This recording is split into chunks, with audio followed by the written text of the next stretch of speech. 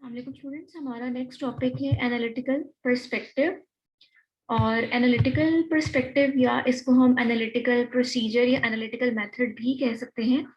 ये हमें ये डिफाइन करता है कि कोई भी जब एनालिसिस परफॉर्म किया जाता है तो उसके कौन कौन से मेन स्टेप्स या मेन स्टेजेस होती हैं। तो सबसे पहली जो स्टेज आती है वो आती है definition of the problem. Definition से यहाँ मुराद है प्रॉब्लम को डिफाइन करना। जैसे अगर आप कोई प्रैक्टिकल परफॉर्म करते हैं तो सबसे पहले आपको उसकी स्टेटमेंट दी जाती है। वो स्टेटमेंट ये बताती है कि आपने क्या करना है। जैसे फॉर एग्जांपल आपको कहा जाता है estimation of lead and mercury in soil sample. तो ये स्टेटमेंट आपको ये बता रही है कि आपने सॉइल के सैंपल के अंदर लेड और मर्करी की क्या करनी है, अमाउंट्स बतानी है। तो ये चीज कहलाती है प्रॉब्लम को डिफाइन करना। या ये कि सबसे पहली चीज किसी भी मेथड में ये आती है कि आपका टास्क क्या है, आपकी प्रॉब्लम क्या है, आपको कौन सी चीज फाइंड आउट करनी है। तो इसमें कौन सी चीजें आ जाती हैं कि इसमें हमें ये देखना होता है कि अगर तो हम कोई खुद से रिसर्च परफॉर्म करने लगे हैं तो इस तरह का मेथड और प्रोसीजर चूज किया जाए जिसके अंदर एक्यूरेसी हो और जो इंफॉर्मेशन हम लेना चाहते हैं। जैसे मैंने कहा कि हमें लेड और मरकरी को डिटर्मिन करना है या लेड और कैडमियम को या कैडमियम मरकरी को डिटर्मिन करना है, तो क्या जो मैं मेथड चूज कर रही हूँ वाकई ही इन मेटल्स की डिटर्मिनेशन के लिए है या नहीं है।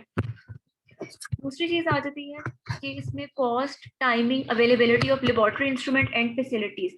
हमने अपनी प्रॉब्लम के जितने भी स्टेप्स हैं उनको डिजाइन इस हवाले से करना है कि जिस लैब में हम काम परफॉर्म करने लगे हैं वहां पर इंस्ट्रूमेंट्स की, टूल्स की अवेलेबिलिटी क्या है, वहां पर चीजों के पॉसिबल होने की, उस एक्सपेरिमेंट के टेक प्लेस होने की कितनी पॉसिबिलिटी है। जैसे एक चीज को डिटर्मिन करने की अगर दो मेथड्स हैं तो हम वो वाले मेथड की तरफ जाएंगे जो ज्यादा आसानी से पॉसिबल है। नेक्स्ट आ जाता है choice of technique and method. इसमें हमारे पास क्या आ जाता है कि नेक्स्ट स्टेप आपने ये तो डिफाइन कर लिया जैसे कि हमने मरकरी और कैडमियम को आइडेंटिफाई करना है, हम इसके लिए कौन सी टेक्निक यूज करेंगे वो डिपेंड करता है कि आपको मैयर क्या चीज करनी है। और दूसरा इस पर डिपेंड करता है कि आपके रिसोर्सेज क्या हैं। अगर आपको लगता है कि हमारे पास क्रोमेटोग्राफी की अवेलेबिलिटी है और क्रोमेटोग्राफी इन दोनों की डिटर्मिनेशन भी देती है तो आप उसकी तरफ जाएंगे। और अगर आपको लगता है कि नहीं, क्रोमेटोग्राफी तो इस चीज को वैल्यूएट कर ही नहीं सकती, तो फिर आप किसी और टेक्निक की तरफ जाएंगे, फिर देखेंगे क्या वो टेक्निक आपके पास अवेलेबल है या नहीं है।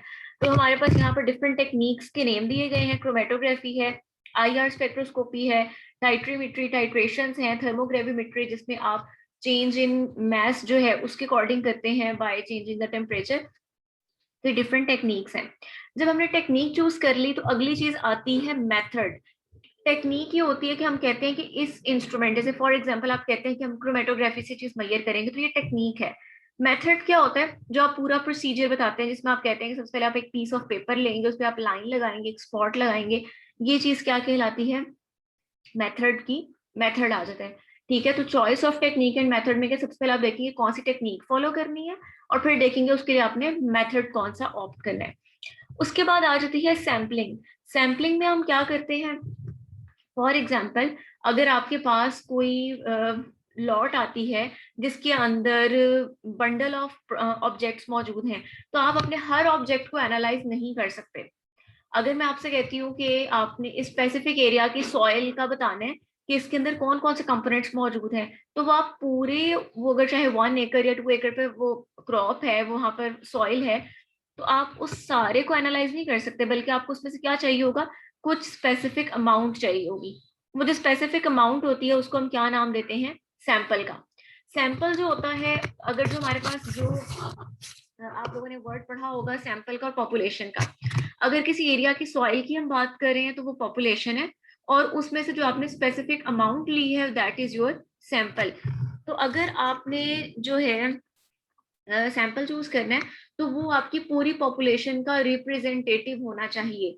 ऐसा ना हो कि आपने जिस पार्ट से सॉइल का सैंपल लिया है वहां कंपोजिशन कुछ और हो और जो रेस्ट ऑफ द सॉइल है उसकी कंपोजिशन और हो, इस तरह से आपका रिजल्ट वैलिड नहीं होगा।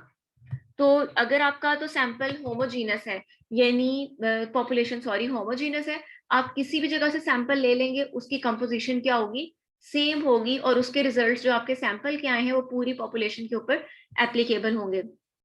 अगर ऐसा नहीं है, अगर आपके पास जो है हेट्रोजीनस है सैंपल, पॉपुलेशन, तो फिर आपको क्या करना पड़ेगा, उस पूरी पॉपुलेशन में से मुख्तलिफ जगहों से सैंपल लेना पड़ेगा, ताकि आप इस बात को इंश्योर कर सकें कि जो हमारे पास सैंपल आया है उसके अंदर हर तरह की वैरायटी मौजूद है जो कि पॉपुलेशन की थी। क्योंकि हम डिटर्मिन क्या करना चाहते हैं, हम पॉपुलेशन की प्रॉपर्टीज डिटर्मिन करना चाहते हैं, जो चीज बल्क में है, लेकिन हम बल्क चीज को यूज नहीं कर सकते, हम उसके थोड़े से पोर्शन को यूज करते हैं। तो ये एक इंपॉर्टेंट चीज है कि आपने सैंपल लेना कैसे है, ये हमारा आगे कंप्लीट टॉपिक भी आएगा। उसके बाद आता है सैंपल प्री ट्रीटमेंट और कंडीशनिंग। अब जैसे मैंने बात की है सॉइल की, तो हम ऐसा तो नहीं कि सॉइल के अंदर अगर एलिमेंट्स को डिटर्मिन करना है तो हम सॉइल पूरी की पूरी उठा के इंस्ट्रूमेंट के अंदर डाल देंगे, वो तुम्हारे इंस्ट्रूमेंट को डिस्ट्रॉय कर देगी। इट मीन्स कि हमें क्या करना पड़ता है, अपने सैंपल को प्री ट्रीटमेंट या कंडीशनिंग करके किसी ऐसी फॉर्म में लाना पड़ता है कि वो हमें इंस्ट्रूमेंट के अंदर हम उसको रन कर सकें। फॉर एग्जाम्पल आपके पास कॉस्मेटिक का सैंपल है, जूस है, मिल्क है, कोई भी चीज हो सकती है, तो आप एज इट इज उसको इंस्ट्रूमेंट के अंदर नहीं डालेंगे, बल्कि आप उसकी कंडीशनिंग करेंगे, आप उसका क्लियर सोल्यूशन बनाएंगे, उसको कुछ ना कुछ ट्रीटमेंट करेंगे और उस फॉर्म में लेकर आएंगे जिसके अंदर उसको आप इंस्ट्रूमेंट के अंदर रन कर सकें। तो वो यही बता रहे हैं कि इसके अंदर कौन कौन से स्टेप्स इन्वॉल्व होते हैं। This may involve dissolving it, converting the analyte into a specific chemical form, और separating the analyte from other components of the sample। जैसे कि फॉर एग्जांपल सॉइल है, तो हम उसके लिए डाइजेशन परफॉर्म करते हैं। डाइजेशन में क्या होता है कि आप उसको जलाते हैं एसिड की प्रेजेंस में, और उसके बाद जो आपके पास अमाउंट आती है उसको उसका मकसद ये होता है कि सारा उसमें से ऑर्गेनिक मैटर जो है वो डेड हो जाए, और आप, क्योंकि आपको पता है सॉइल में डिफरेंट लीव्स हो सकते हैं, कोई जो है छोटे छोटे इंसेक्ट्स हो सकते हैं, तो हम क्या करते हैं, उसकी पहले डाइजेशन करते हैं, उससे सारा ऑर्गेनिक मैटर बर्न हो जाता है, और उसके बाद आप उसको फिल्टर करके उसका क्लियर सोल्यूशन प्रिपेयर करते हैं। तो अब ये क्या है, अब ये इनऑर्गेनिक मेटल्स की डिटर्मिनेशन के लिए सॉइल का सैंपल रेडी है। उसके बाद आप क्या करते हैं, सैंपल रेडी हो गया तो अगली चीज आती है एनालिसिस परफॉर्म करना। एनालिसिस क्वालिटेटिव भी हो सकता है, क्वांटिटेटिव भी हो सकता है। क्वालिटेटिव क्या होगा, पहला स्टेप होगा, इसमें आप क्या करते हैं, आप पढ़ चुके हैं कि आप इसके अंदर आइडेंटिफिकेशन परफॉर्म करेंगे कि इसके अंदर कौन कौन सी कंपोजिशंस जो हैं वो इन्वॉल्व हैं। Test on the sample under specified and controlled conditions, test on reference materials for comparison, interpretation of the results. जैसे आप क्रोमेटोग्राफी परफॉर्म करते हैं तो वो आपके पास एक क्वालिटेटिव टेस्ट है, उसमें आप क्या करते हैं, आप एक स्पॉट लगाते हैं सैंपल का और एक आप लगाते हैं रेफरेंस का, और उसके बाद आप रेफरेंस के कंपैरिजन में बताते हैं कि हमारे सैंपल के अंदर कौन से स्पॉट्स थे, वहां से आपने रिजल्ट्स को डिफाइन कर लिया। इंटरप्रिटेशन से मुराद है अपने रिजल्ट्स को डिफाइन करना कि इससे क्या कंक्लूजन निकल रहा है। दूसरी चीज क्या हो सकती है, क्वांटिटेटिव एनालिसिस। इसमें आप क्या करेंगे, इसमें आपको क्वांटिफाई करना होगा। जैसे अगर आपने इस स्टेप में क्वालिटेटिव में ये आइडेंटिफाई कर लिया कि जी सिल्वर और मरकरी मौजूद है, तो क्वांटिटेटिव में आपको बताना है कि कितना मौजूद है। तो इसके लिए आपको क्या करना पड़ता है, सैंपल के कंपैरिजन में आपको अपने स्टैंडर्ड्स रन करने पड़ेंगे। कैसे, आपको सिल्वर के स्टैंडर्ड बनाने पड़ेंगे जिनकी नॉन कंसंट्रेशन होगी, मरकरी के बनाने पड़ेंगे, उनसे आप एक ग्राफ बनाएंगे, फिर ग्राफ की हेल्प से आप बताएंगे कि अननोन कंसंट्रेशन हमारे सैंपल के अंदर कितनी थी। ये पूरा स्टेप है, आगे चल के आप एक्सपेरिमेंट्स करेंगे तो वहां आपको क्लियर हो जाएगा। नेक्स्ट आ जाता है प्रेपरेशन ऑफ रिपोर्ट और सर्टिफिकेट ऑफ द एनालिसिस। जैसे जब आप प्रैक्टिकल परफॉर्म करते हैं, आपके रिजल्ट्स आ जाते हैं, एक्सपेरिमेंट हो जाता है, तो आप क्या करते हैं, जो आपका प्रैक्टिकल नोटबुक का व्हाइट पेज होता है आप उसके ऊपर रिजल्ट्स लिखते हैं। तो ये सेम वही उसी तरह से है कि जब आप कोई काम कर लेते हैं तो आप उसकी रिपोर्ट प्रिपेयर करते हैं। रिपोर्ट में क्या चीजें होती हैं, इसमें आप पूरी समरी बताते हैं कि हमने प्रोसीजर कौन सा ऑप्ट किया, रिजल्ट्स क्या आए, अगर उनके ऊपर आपको कोई स्टैट्स लगानी है, स्टैट्स अभी आगे चल के हमने पढ़नी है, मीन मीडियन मोड वगैरह, वो ये बताते हैं कि डाटा के अंदर कितनी रिलायबिलिटी है, डाटा कितना फ्लक्चुएट कर रहा है, कितनी उसके अंदर एक्यूरेसी या प्रिसीजन है। तो हम अपने रिजल्ट्स के ऊपर कोई ना कोई स्टैट्स अप्लाई कर सकते हैं, और इसके अलावा हम ये भी बता सकते हैं अपनी रिपोर्ट के अंदर कि हमें अपने काम के दौरान एनालिसिस में ये प्रॉब्लम्स आई हैं, और फ्यूचर में अगर कोई रिसर्चर उस पर काम करे तो वो उन प्रॉब्लम्स को एड्रेस करके उनको एलिमिनेट करने की कोशिश करे। उसके बाद आ जाता है review of the original problem. आप हमेशा प्रैक्टिकल्स के आखिर में एक रिजल्ट की लाइन लिखते हैं, ठीक है। प्रैक्टिकल लेवल पे तो just it consist of only one line, but अगर आप कोई रिसर्चर हैं तो आपको इसको वन पैराग्राफ या वन पेज में डिफाइन करना पड़ता है कि आपके रिजल्ट्स की रोशनी में जो आपकी शुरू में आपने प्रॉब्लम स्टेटमेंट कही थी वो किस तरह से डिफाइन हो रही है। आपका पूरा जो काम था, रिजल्ट्स थे, वो किस हद तक उस स्टेटमेंट को, उस प्रॉब्लम के रिजल्ट तक पहुंच पाए हैं, ये चीज कहलाती है review of the original problem, या इसको कहा जाता है रिजल्ट्स को डिस्कस करना। इसमें आप क्या करते हैं, results need to be discuss with regard to their significance and their relevance in solving the original problem.